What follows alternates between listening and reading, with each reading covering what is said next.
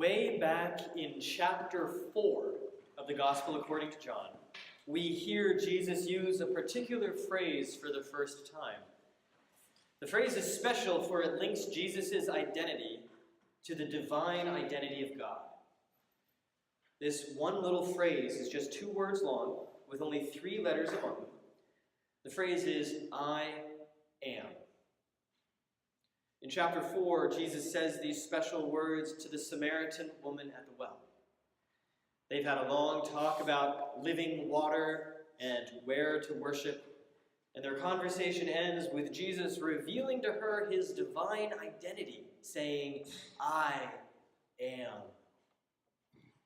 These 2 little words reveal his divine identity because of their link to a famous passage in the book of Exodus, in which Moses meets God in the burning bush. God gives Moses the mission to free the people of Israel from slavery in Egypt. To gain some credibility, Moses asks to know God's name. I am who I am, says God. And Jesus echoes this name many, many times in the Gospel of John, beginning first with the Samaritan woman. The final time he echoes the divine identity happens at the start of the Passion Gospel, which I just read. Judas Iscariot brings a detachment of soldiers and police to arrest Jesus. They have lanterns and torches and weapons. Jesus has only himself and his mission and his identity. Whom are you looking for? He asks. Jesus of Nazareth, they answer. And he responds with the echo of the divine name, I am. Our translation of the Bible amends it with a he at the end. I am he. But the pronoun is understood in the original language. It really just says, I am. Judas, the soldiers, and the police fall to the ground at these words. There's no way to mistake who is really in control here, despite Jesus' lack of arms. Jesus repeats his question, whom are you looking for? And they answer the same, I told you that I am, he says. Let these others go. Back in Exodus, God speaks God's divine name to Moses so that Moses might have the strength to say to Pharaoh, let my people go. You see the parallels here? Moses receives reassurance through the divine name. And Jesus, too, uses his I am statements, not just to describe himself, but to give others purpose and identity. When he says, I am, he helps others discover who they are in relation to him. The woman at the well is a perfect example. After her conversation with Jesus, she races back to town and says to anyone who will listen, come and see a man who told me everything I have ever done. Of course, Jesus did no such thing. The closest he came was a comment on her marital history. But I don't think the woman is exaggerating. I think that when he discloses to her his divine identity, she more fully grasps who she is. A similar story happens in chapter 9 when Jesus gives sight to a man born with blindness. Jesus tells the man to go and wash in a particular pool, and he comes back able to see. But none of his neighbors recognize him. Is it him, they wonder? No, it's someone like him. The man who can now see says, I am the man. In echoing Jesus' divine identity, the man is saying, in effect, giving me sight was small potatoes. Encountering this Jesus allowed me to find my identity within his divine identity.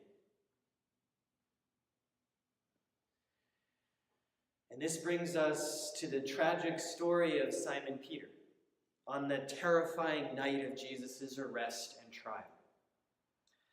First, Peter resorts to violence to prevent Jesus from being taken, but Jesus tells him to put his sword away.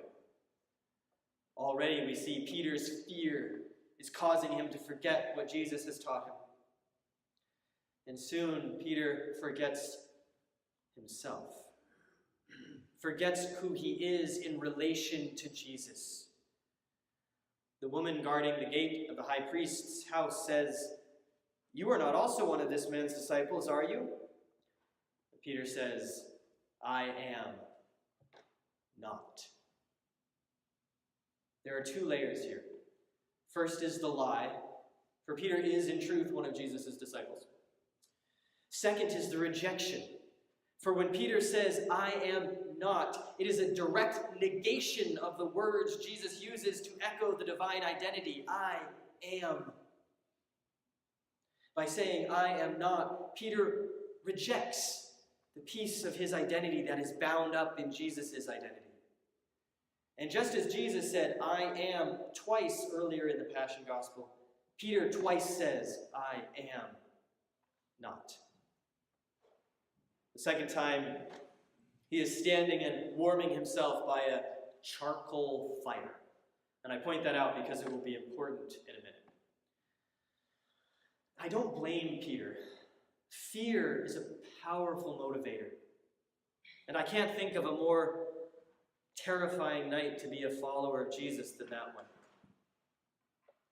As Peter's denial demonstrates, fear is powerful because fear makes us forget both who we are and to whom we belong. Fear makes people act in ways contrary to their natures, contrary to good sense, and contrary to the ways of God.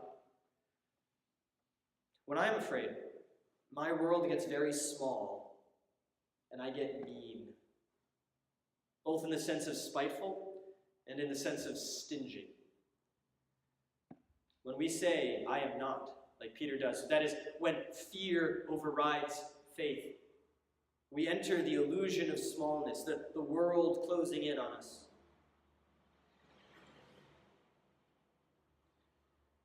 But the divine identity, the "I am" of the burning bush and of Jesus' many statements, includes within it the infinity of God, the eternity of God, and the grace of God. On Good Friday, Jesus takes to the cross all the evil baggage of the world, and thus fear is so close.